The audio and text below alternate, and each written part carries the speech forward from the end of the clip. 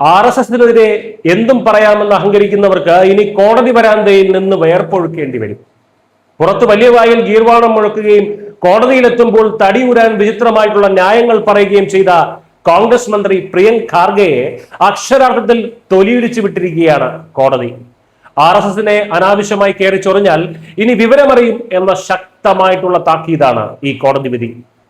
RSS ഒരു register ചെയ്ത സംഘടനയല്ലെന്നും അതിനാൽ അതിലെ ഒരു അംഗത്തിന് തനിക്കെതിരെ മാനനഷ്ട കേസ് നൽകാൻ കഴിയില്ലെന്നുമുള്ള കർണാടക ആഭ്യന്തര IT മന്ത്രി പ്രിയങ്ക് ഖാർഗെയുടെ വാദമാണ് ബംഗളൂരുവിലെ പ്രത്യേക കോടതി ചവറ്റുകുട്ടയിലെറിഞ്ഞത്.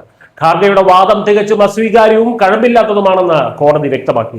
RSS എന്നത് വ്യക്തവും നിശ്ചിതവും തിരിച്ചറിയാൻ കഴിയുന്നതുമായിട്ടുള്ള വ്യക്തികളുടെ ഒരു പ്രസ്ഥാനമാണെന്നും ആ സംഘടനയെ അപകീർത്തിപ്പെടുത്തിയാൽ അതിലെ ഏതൊരു വ്യക്തിക്കും പരാതി നൽകാൻ പൂർണ്ണ അവകാശമുണ്ടെന്നും കോടതി അടിവരയിട്ട് പറഞ്ഞു.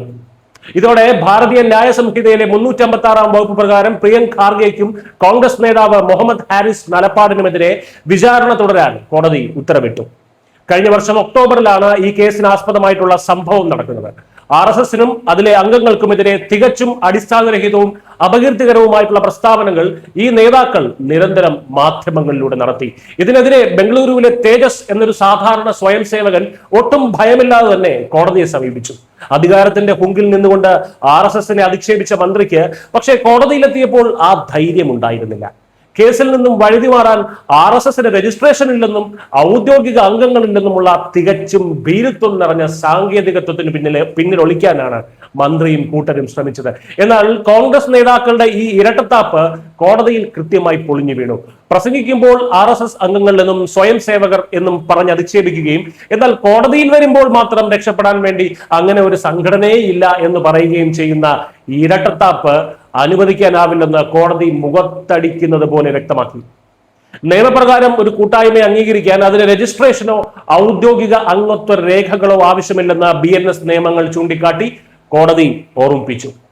RSSനെതിരെ അപകീർത്തികരമായിട്ടുള്ള പരാമർശങ്ങൾ നടത്തിയിട്ടില്ലെന്ന് പറയാൻ പ്രതികൾക്ക് ധൈര്യമുണ്ടായില്ലെന്നും പകരം പരാതിക്കാരന് കേസ് കൊടുക്കാൻ അർഹതയില്ലെന്ന വിചിത്ര വാദമാണ് അവർ ഉന്നയിച്ചതെന്നും കോടതി ചൂണ്ടിക്കാട്ടി.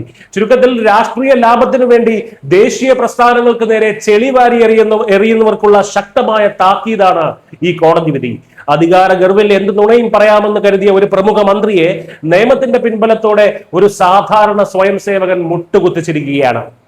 RSSനെ ഒരു വ്യക്തമായ അസ്തിത്വമുള്ള പ്രസ്ഥാനമായി കോടതി ഒരിക്കൽ കൂടി അംഗീകരിക്കുമ്പോൾ അഹങ്കാരവും അധികാരവും സത്യത്തിന് മുന്നിൽ പരാജയപ്പെടുന്ന കാഴ്ചയാണ് രാജ്യം കാണുന്നത്. അടിസ്ഥാനരഹിതമായ ആരോപണങ്ങൾ ഉന്നയിക്കുന്നവർ ഇനിയെങ്കിലും അതിന്റെ ഭവിഷ്യത്തുകൾ നേരിടാൻ തയ്യാറാകണം എന്ന ഓർമ്മപ്പെടുത്തൽ കൂടിയാണ് ഈ ചരിത്രപരമായിട്ടുള്ള കോടതി വിധി. കോടതികൾ തോറും കയറിയിറങ്ങി മാപ്പ് പറയാൻ കോൺഗ്രസ് നേതാക്കളുടെ ജീവിതം ഇനിയും ബാക്കി.